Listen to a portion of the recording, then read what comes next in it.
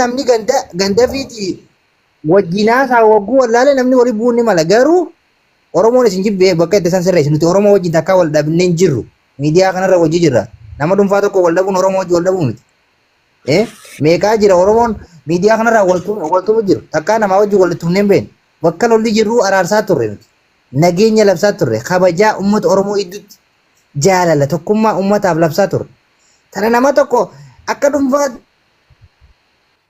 yookaan haajaa waliin nuuf deebi'uu wal dhabne yaani maayii keetti nu jibbuu namni yoo mirga keetti san wallaalummaa keetti akkasitti hubadhu mangistitti isa kana siifan deebisa sabboona lolli gandaa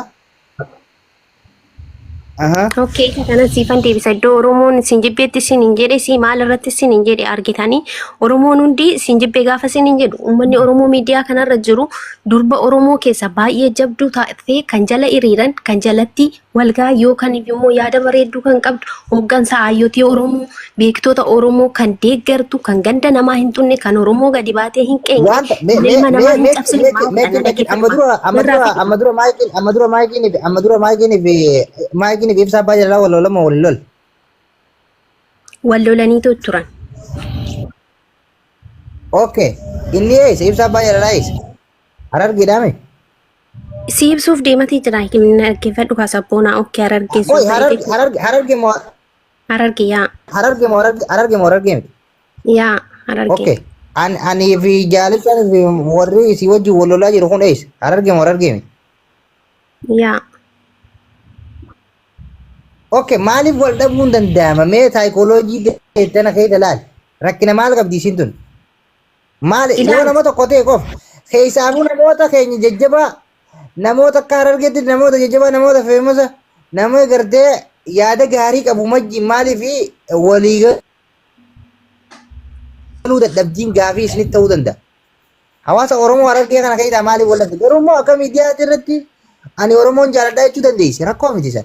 Ni fudhannaa hin jaalatti garuu nama fi kabajuu nama fi wajjin wal dhabuu maaliif barbaachise kana yoo jette kuni maayikiin nuti akka Oromootitti tuqaan jirru akka nama gandaatitti akka nama dhuunfaa tokkotti wal lolu jirra namni gandaa waan irratti wal lolu beeka alaa dhufaan akka manaa quban qabu waan hin jeessanii isin uummanni Oromoo silaatti jinqamu baatanii gaariidha. Kamaayikii jaalatu naa jaalachuu dandeessaa? Bakki aan Oromoon itti si jibbasiniin jedhe na dhaggeeffadha yaada kunarraa fixe okke. Bakki aan Oromoon itti si jibbasiin jedhe uummanni baay'inaan maakii jala waan hiriiruuf uummanni baay'inaan kunis yoo sin jibbisiniif gaarii miti. Jaalibsaan haftee mee gaafii takka haftee laal. Oromoon kutaa kudhan maakii yoo jaalate osoo maakiin amma duute Oromoo kutaa kudhan bira galamuureef fi Harargeen osoo irratti duulte Harargee keessa galetti amantaati dirqama. Kanaafuu na amma na fixachiisi kaa Harargeeni amma asirraa qeequutti jira ibsaadhaan wal loltee turte mucayyoon kun walitti buutee turte garuu akka keessanii kana dheeraa yookaan baatii dheeraa itti fudhatee maakii arrabsuutti hin turre jechuudha garee nuti ishii dhiisan. Siniin immoo ijoolleen Oromoo kasin beekan yookaan immoo kasin kabajan sin jala hiriiranii mucoo kana jaalannaa dhiisaa siniin jechaa turanii sa'aatii dheeraa itti fudhattanii arrabsuutti jirtu. Anillee kanaaf yaada kana kaasee jechuudha. Harargeedhuma keessaa deebitanii sinumtuu baluma ishiitiin argitanii sinumtiyyuu ofumaa keessanii walitti buutu. Kan maakii deeggaruutu jira kan immoo ishiin deeggarreetu jira. Gaafa kana immoo deeggaruu baluma sababuma keessan irraan kan ka'e uummanumti Harargee mataadhuma isaatii walitti bu'eetu ganda biraa yoo osoo hin dabalan matuma isaatii wal qeeqee wal arrabsuu warra gochuu isaatii wal ajjeechuu ga'uu danda'a. Kanaaf osoo akka kiyyaatti dubbii kana yoo asumatti gabaabsitan yoo asumatti dhiistan intala durbaati intala durbaarratti gaafa ibsaa Harargee maayikii keessa dura dhaabbattu jirtu maaliif guutuun ni beekte rakkoo ishee ni beekte ijoollee takka takka tafoloo barbaadaa fi asumaan booda nyolnyol jettu tana osoo hin ta'initti namoonni waa beeku hundi rakkina ishee ni beekan. Ati sabboonaa fi rakkinni micayyuu kanaaf fudhattanii ganda biraatti kan mucaa kanatti eeruuti. Ganda no dhageeffadhu wanta amma baay'ee dhageeffadhu. Oi, Habib di dubbiin akkasii miskiina diyya dhaggeeffadhu. Oromoo Harargee ta'ee dhage Oromoo Harargee ta'ee Harargee keessatti maraataan Harargeedha. Osoo maayikiin irra deemtee Gondaritti heerumte ibsaa mucaa miskiina biyya teenya ilma Oromoo ilma Baalee dhiisiti. Maayikii osoo irra deemtee Gondaritti heerumte namni akka Harargeedha gandummaa hin qabne hin jiru. Namni akka Harargee bakka nama namummaaf hin jaalanne hin jiru. Nuti waan balaaqalaa darree akkanaa tana asii miti lollee keenya. Maa ibsaa dura wal lolle ibsaan deengatti dhufe. Gaafa ibsaa abbaa jaalalaatti wal lolan ibsa jaalachuu jirti. Maal irratti wal dhaban? Habiibti nuti waa'ee jaalala isaanii mucaan ifumaaf lola keenya nuti immoo akka ibsaan jechuudha. Ibsaan amma isii cinaa dhaabbateeti warra soddaa fakkeenyaaf nuti tarii warra soddaa ta'e innillee nu hubachuu baatu waliin ganda wal maqaa tokko qabna maayikiidhaan. Amma inni gabbeeti isii wajjin saayitii qabatee jechaan nuti tuquu ture. Garuu isa san akka inni nu tuqe sanitti hin baala goone. Habiibti lolli maayikiidhaa lola nama hundaatii wal adda. Harargeedhaa wal bu'e waan irratti wal dhabne qabna. Ibsaa duratti wal dhabne. Waan irratti wal dhabne qabna malee nuti maayikii waan akkuma ilaalchama isin qabdanii kana ibsaa miskiina nama biyya teenyaa nama Oromoo dhiisiti. Nama Gondaritti silaa maayikii miti abbaan fedhe haati ta'e gabbaatee heerumte Harargeen nama jaalatti nama kabaji abbaan fedhe wal qixaaf. Amaarallee ni kabaji bara Harargeen Oromoo dhiisi. Akkamiin nuti ibsaa har'a maayikiin jaalatteef ibsatti maa heerumte akkamiin jecha kana Harargeeni tikikil Harargeeni warra Oromoo qabatu warra Oromoodhaaf duudhaa qabu safuu qabudha warra afaan Oromoo kana biqilcheedha uummanni Oromoo jechuun warruma Oromoo Harargee jechuun warruma Oromoo kana gadi dhaabiyyuu jechuu ni dandeenya nuti uummanni Oromoo garuu kan sin dubbii eegaltanii kan sin micayyoo kanarratti duuluu eegaltan dhugaa rabbii dubbachuuf akka miidiyaa kanarratti argine ka'umsa sin eegaltan irraa sin jala jirra rakkoo sin eegaltan keessa keessanitti kan duubaa sintu beeka kan miidiyaa kanarra fiddan guyyaa miidiyaa kanarra fiddanii ol baastanii qeeqoo arrabsuu eegaltan. Guyyaa ibsishaa jaalatti irraa kaastee ibsishaa injinar yaa dhaabbatu kaati maaliin dubbiin fixachiise dubbiin ilma dhiiraa injinar dubbii nama harka hin qabin ilma dhiiraa dubbatu namni nama faana bareedaa way haftee dhugaa rabbi maatii takkitti Harargee kabajuu yommuu injinar gaaffii keessarraa fudhachuutti jiru injinar kam turre salphatan haftee koy maatiin takkitti Harargee kabajuu moo Harargeen guutuun maakii kabajuudha? Harargee guutuun maakii ammallee kabajuu nagaa nama tokkotu caalamu abbaa murtii nagaa nama sadiitu kufaa taasisa. Ati maa gaaffii natti baay'ista injinar dubbii kiyya osoo na fixachiisne sabboona wajjiniin haasa'uuti jira ati maaf ta'e dubbii natti baay'ista gaaffii yoo na barbaachisti gaaffii yoo narraa barbaadde dhumarra na gaafadhu gaaffii kee maraa mee waan tokko haftee waan tokko sitti himu haftee waan tokko ana akkasii koomandoo haftee waan tokko sitti himu taane jaalala jedhee magaalaa keessa dhiyoo fi magaalaa keessa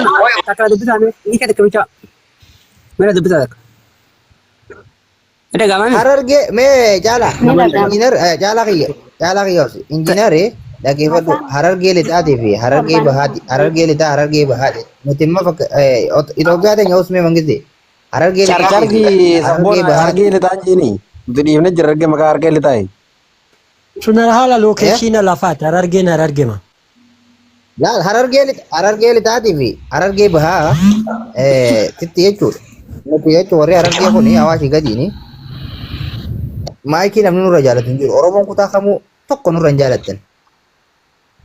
Tokkittiin teessan nurra hin jaalattan. Tana dhugaafitti muun teessan rakkoo miti. Isii miti nama biraatu jaalanne. Ilaa maakii yoo duutes nuti nama keenya ennee nama kijibarra dindeeggasu. Amma jira keenya dhaggeeffadha isin dhaggeeffanneeti tartiiba illee naasoftiin jirtanii haasawuu faayidaa qabullee haasoftiin jirtan akkuma nama miseen jira walii ta'uu haasawuu jirtan akkuma nama miseen tartiiba nu haasofsiisa yaada nu qannachiisa. Obsi yaadana kannattaa daqiiqaa takka obsime haftee tanaaf jecha tokko qofa deebisee fi gaggeessaa sirraa'e haftee na dhageessaami. Yaa. Dheengadda gaafa raachuun geema qabattu raachuu fi maayikiin faan asliin faan wallollaan maaltuutu aslii irratti isin duulsisin akka shawatti guutuu keessan naa deebise jecha waan kana. Raachuu fi maakii wallollaan aslii irratti maaf duultanii? Asliin faan wal dhabnaan maaliif aslii irratti duultan shawaan guutuun? Maaltu aslii irratti duule an akka kiyyaatti keessallee hin jiru hin argine illeedha isa namni irratti duulerree hin argine. Ayyafa obbo yaatee riiba keessaan kaane. Hirriba keessa jirtati. Naguma mataa Okay, tokko shitto. miidiyaa kun. Dhageeffadha amma isin laal. Waa darbe. Amma isini qoyi Yaalimsa amma sabboona Lidiyaa. ibsaa nama- akka wabitti jechuudha. Dhageeffadha. Wabii maal haasa'u Jaal.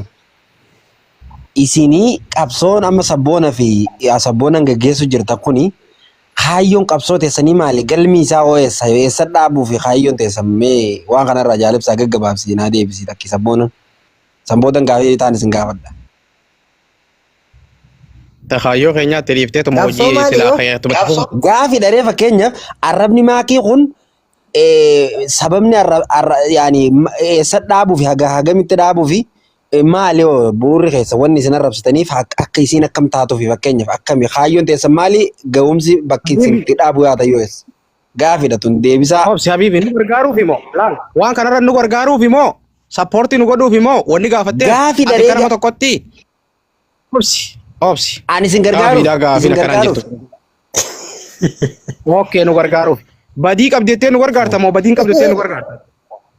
Badii ilaa fakkeenyaaf yoomiyyoo tun gartee waan isin wanni isin irraa barbaadan san gizee isin naa deebifte boodan wanni isin irraa barbaadan kun yoo ka isin gootu taate itti dhaynee waan akkanaa kana godhi ennee kaayyoo teessan bakkaan isinii geenyaree yoo akka isin waan kana ofirraa dhiiftaniif jecha.